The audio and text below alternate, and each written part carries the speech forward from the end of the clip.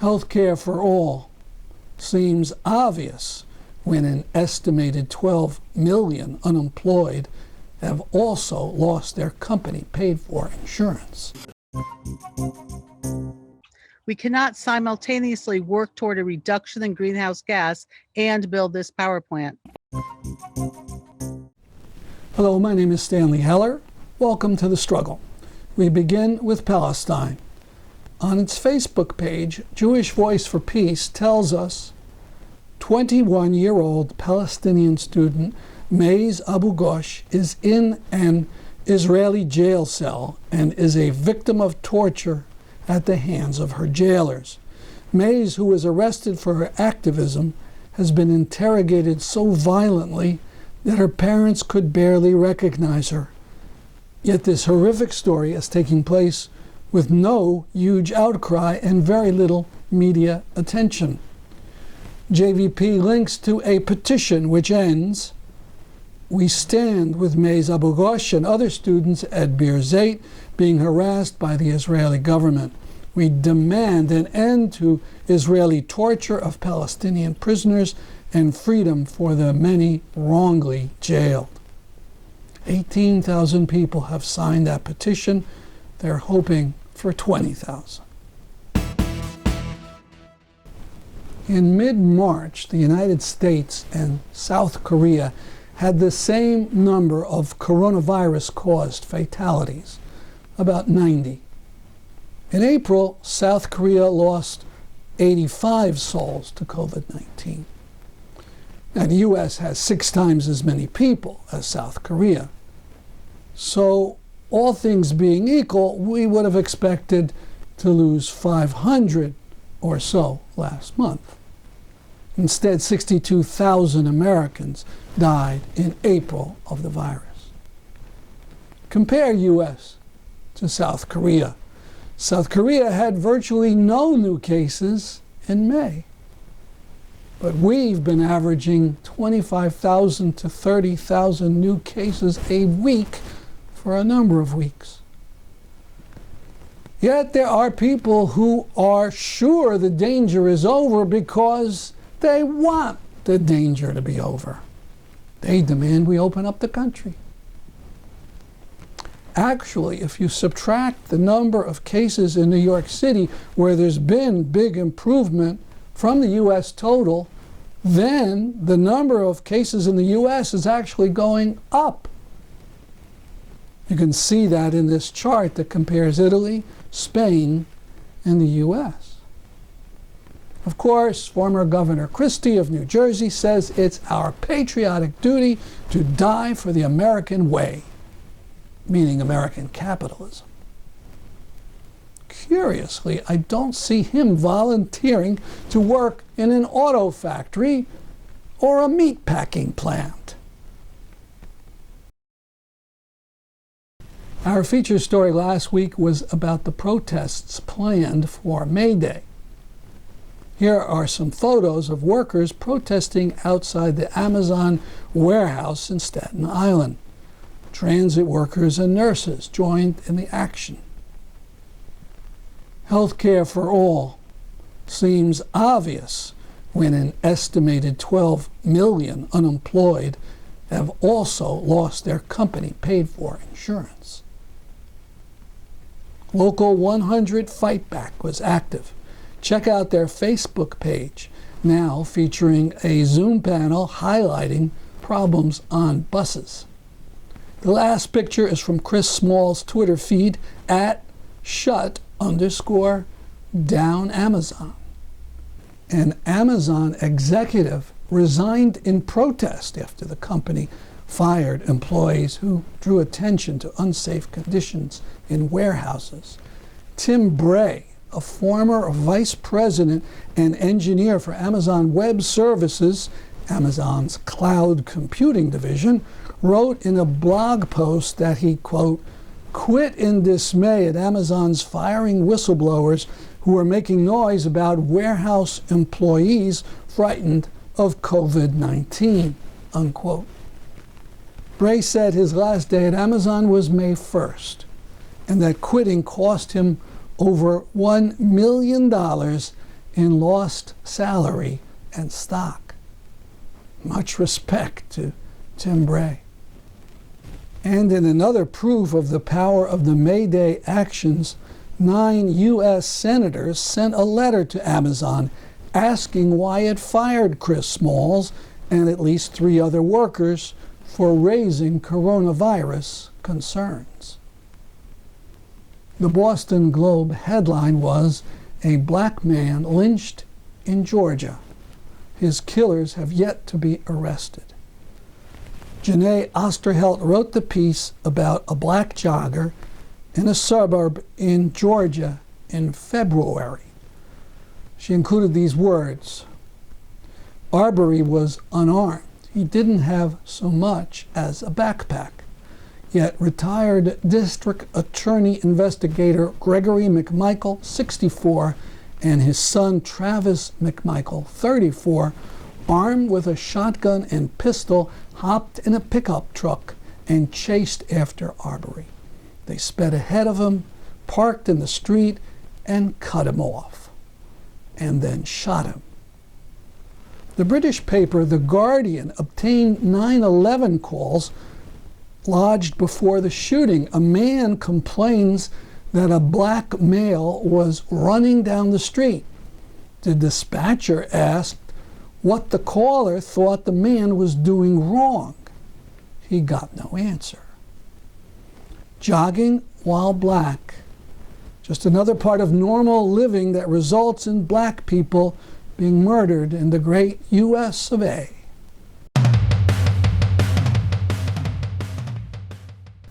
A really fine man died in South Africa at the end of April. His name was Dennis Goldberg. Here he is at the bottom right of this police picture after being arrested with Mandela. These men were all put on trial for their lives in 1963 for trying to violently overthrow the apartheid system. He served in prison for 22 years. Here is Goldberg and Nelson Mandela years later after apartheid was overthrown. On the 5th of May in 1981, imprisoned member of the British Parliament Bobby Sands died during his hunger strike to protest British prison conditions for Irish political prisoners. Upon hearing this, in Tehran, Iran, a group of teenagers tore down the road signs on Winston Churchill Street and put up signs saying Bobby Sands Street. This street, upon which is the British Embassy, is named Bobby Sands Street to this day.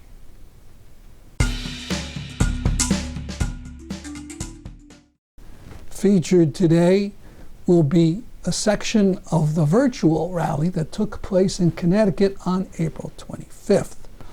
The first section had to do directly with climate and a fracked gas power plant that a corporation wants to build in Killingly, Connecticut. Final decision is in the hands of Connecticut Governor Lamont.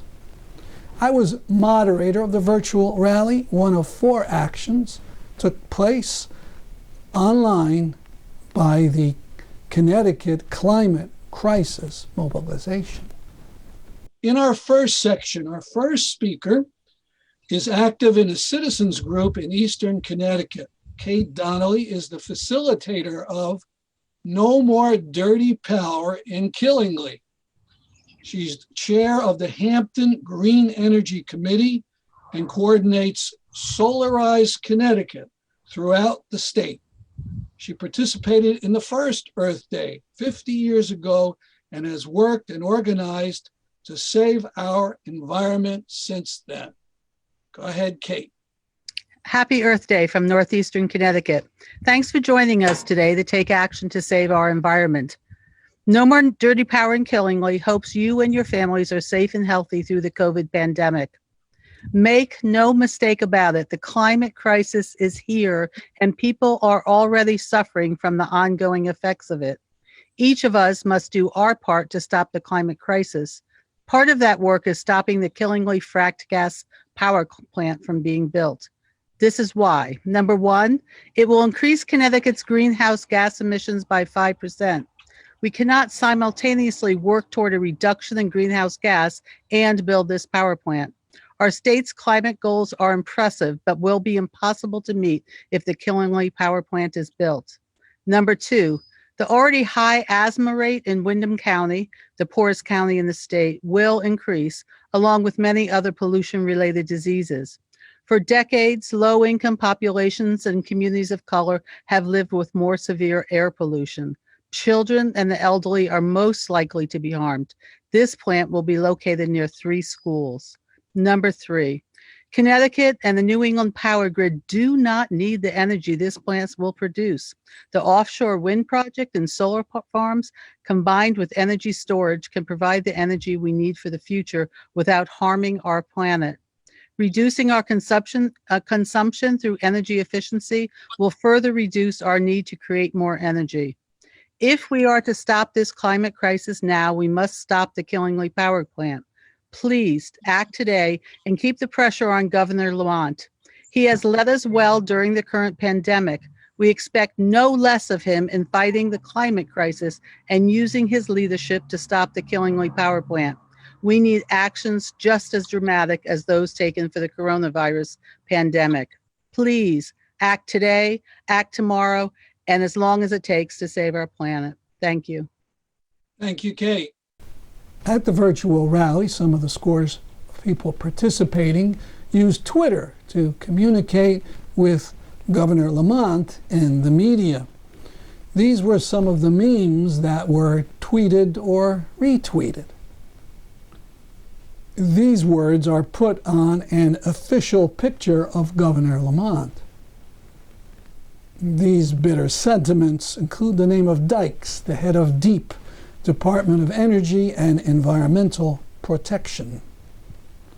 This is a sign that the local committee in Killingly is using. Right now, this sign for the supposed Killingly Energy Center is the only thing on the construction site. But if the last permits are given, the company will start building.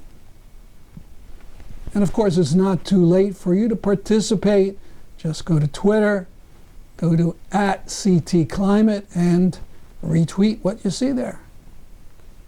Now for more of the global effects of what prettily is called natural gas, which actually is almost entirely methane gas. Ben Martin is a lifelong environmentalist, founding member of 350 Connecticut, and has been yelling for climate justice at protests since 2009. Go ahead, Ben.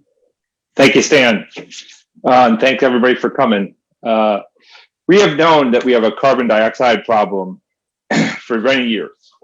Burning fossil fuels for the last century has driven the parts per million of CO2 in the Earth's atmosphere up to 415, according to the latest measurements from the Scripps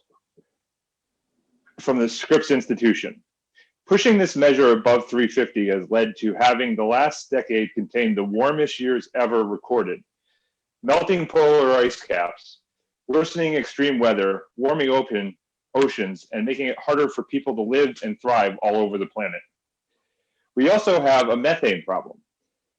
Methane is the main component of the frack gas that has been replacing coal and oil for fossil power production and heating fuel. Methane is more than 25 times more powerful at heating up the atmosphere than the carbon in the short term. Fracked gas emits methane at every stage of its use, from drilling to storage, to transportation through pipelines, to combustion in power plants or homes. And recently, we have found that the amount of methane released in fossil extraction has been underestimated for years, and that abandoned fracking sites leak methane for years after. Right now, we are seeing the beginning effects of the damage climate change will do to our people, our society, and our planet. Recent storms, droughts, natural disasters, and conflicts will intensify. The more the ecosystem warms, the worse these tragedies will become. We cannot afford to continue to release carbon into the ecosystem any more than we can afford to replace it with dangerous methane gas. We must end the use of polluting fossil fuels if we hope to survive the climate damage in store for our world. All during the Obama-Biden years, it was said that natural gas was much better than coal, a bridge to renewable energy.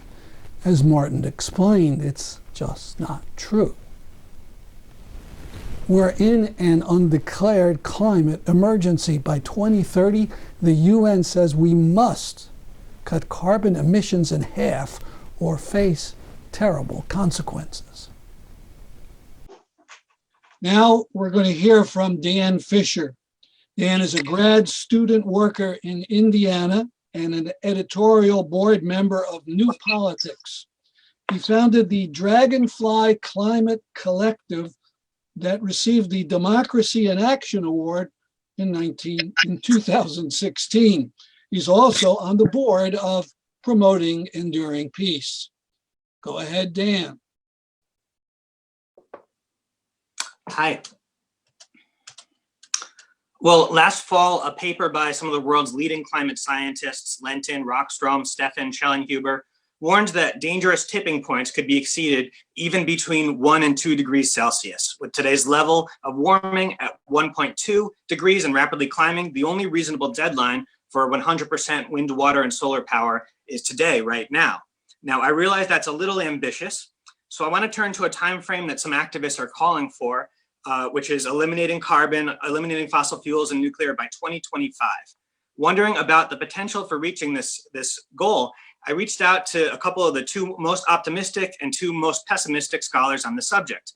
The optimists, Mark Jacobson and Benjamin Sovacool, told me that we can reach 80% to 100% worldwide by 2030, according to different studies. Sovacool sent me historical examples of rapid transitions in the past in Denmark. For example, it took only 5 years in the 70s to switch the electricity supply from 90% oil to 95% coal. If the transition can be done that fast to coal, why not to solar? Well, not all analysts are that hopeful. I reached out to 2 of the most pessimistic ones, Stan Cox of the Land Institute and the Australian researcher Ted Trainer. They warned me that those studies overlook critical issues, that in particular, it's wildly optimistic to think that we could have hydrogen-powered planes or concrete-heavy high-speed rail. But they don't give up on 100% renewable. They just think that we need to degrow society. We need to get used to not driving cars, to localizing most things. And so what happens if you combine the 2, the optimist's strategy of boosting up solar and the pessimist strategy of degrowing society? Well, I think that we can reach these very ambitious goals. According to Jacobson's timescale, we could repower 40% of today's energy supply by 2025. And according to that's more than Costa Rica uses right now per person, and they already have a higher life expectancy than Americans do. So contact me. I'm going to put this up in an article to be published this week. And so you could search "Going Slowly to 100% Renewable" by 2025 to check my claims, or email me for more information on some of these thoughts.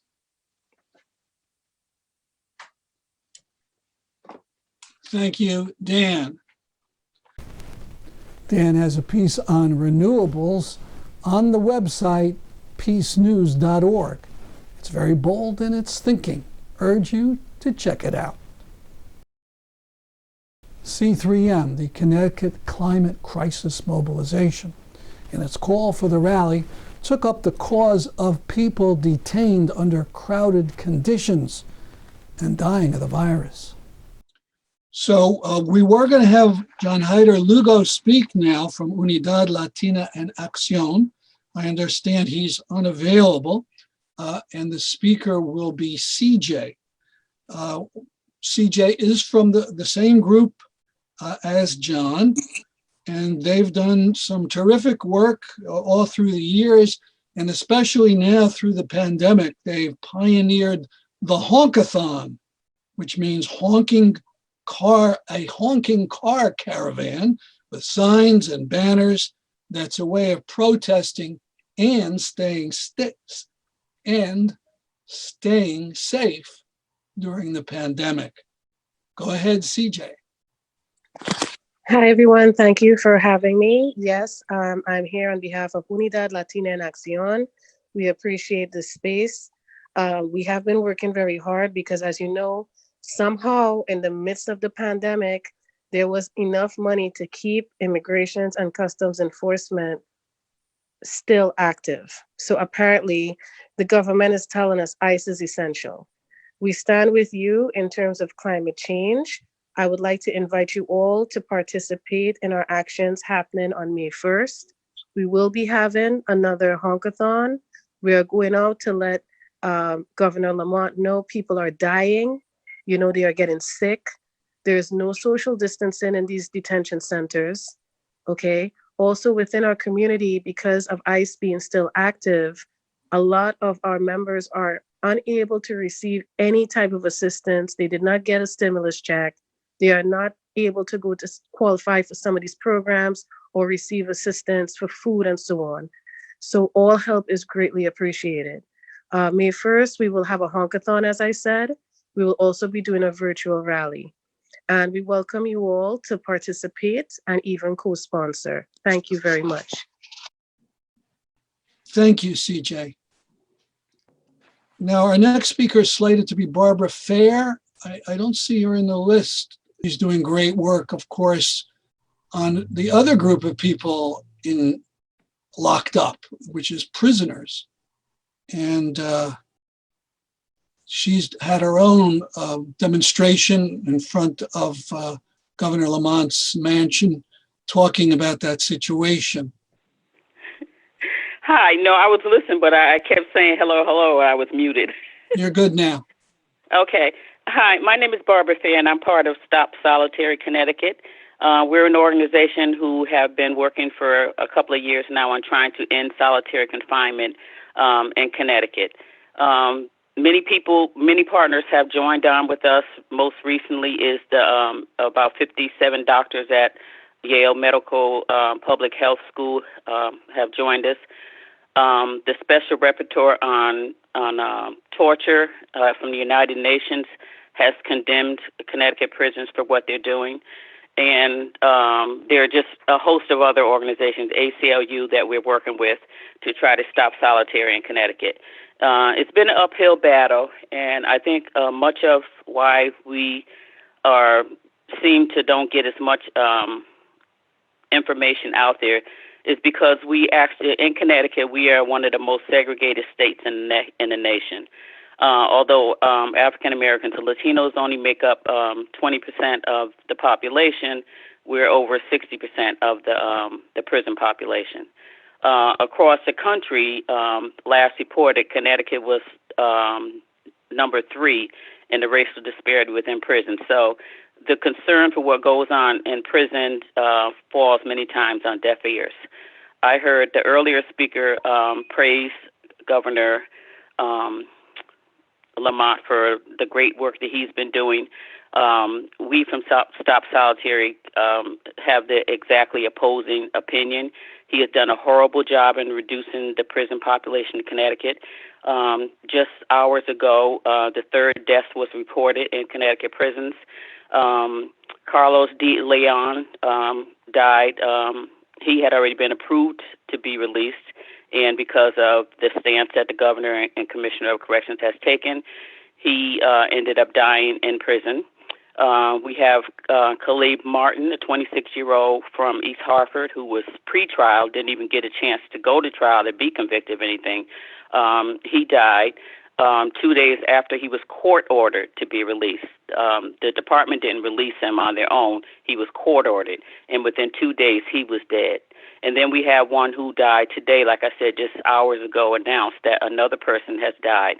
And the commissioner and the governor have completely took this stance that we're not releasing anyone early and just allowing these people to die.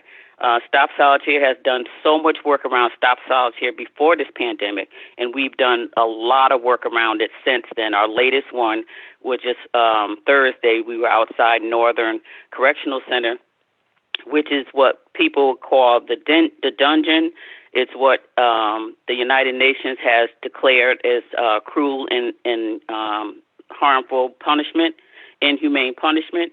And yet this is where the Department of Corrections had decided that this is where the sick people will go.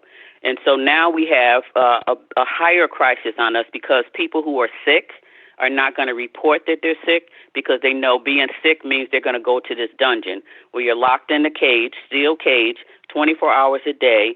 You're chained. If you go to the shower, that's about the only time you get out, or the phone, you're chained at those times. They're treating you like an animal. I think many people have no clue what's going on, and like I said, I think it has a lot to do with the racial makeup in our society. So right now we feel like the governor could have done a good job had he listened to people like myself and other advocates and protesters. What he could have done once they realized there was a pandemic, knowing that these people are going to be the most vulnerable, because if social distancing and sanitation is what keeps you alive, these are things prisoners cannot get, either one.